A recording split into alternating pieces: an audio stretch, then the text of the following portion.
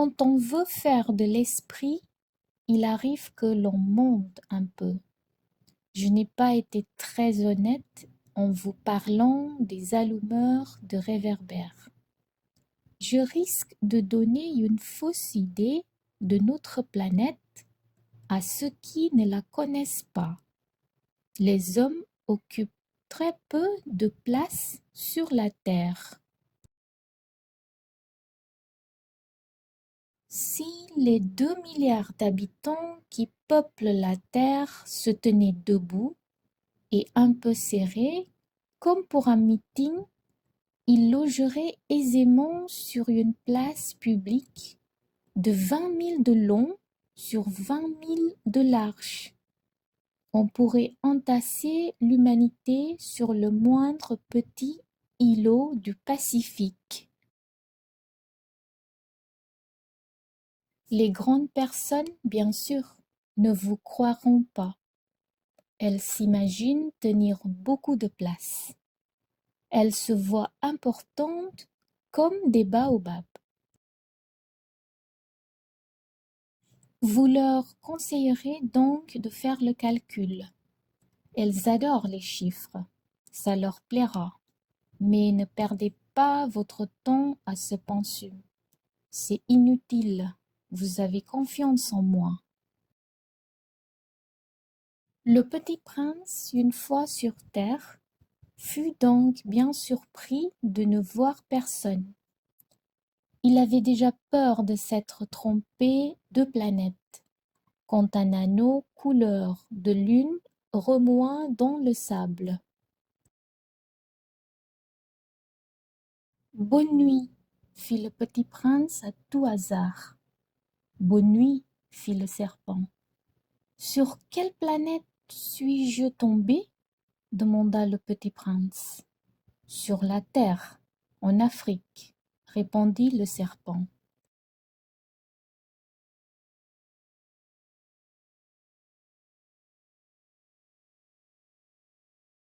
Ah, il n'y a donc personne sur la terre?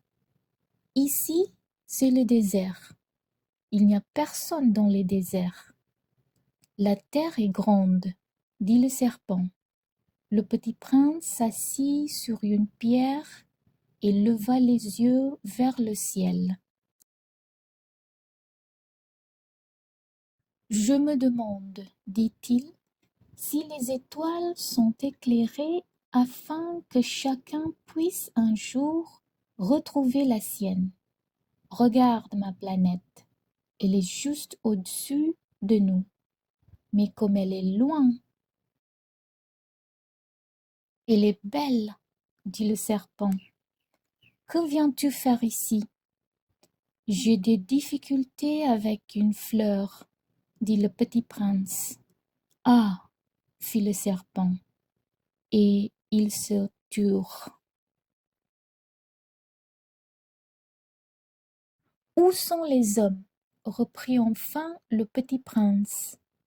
On est un peu seul dans le désert. On est seul aussi chez les hommes, dit le serpent. Le petit prince le regarda longtemps. Tu es une drôle de bête, lui dit-il enfin, mince comme un doigt.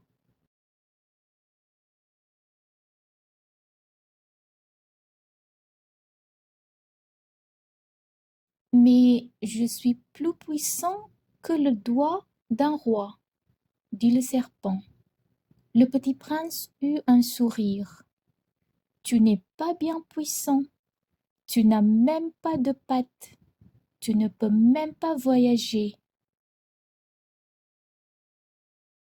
Je puis t'emporter plus loin qu'un navire, dit le serpent. Il s'enroula autour de la cheville du petit prince comme un bracelet d'or. Celui que je touche, je le rends à la terre dont il est sorti, dit-il encore. Mais tu es pur et tu viens d'une étoile. Le petit prince ne répondit rien. Tu me fais pitié, toi si faible, sur cette terre de granit. Je peux t'aider un jour si tu regrettes trop ta planète. Je puis... Oh, j'ai très bien compris, fit le petit prince.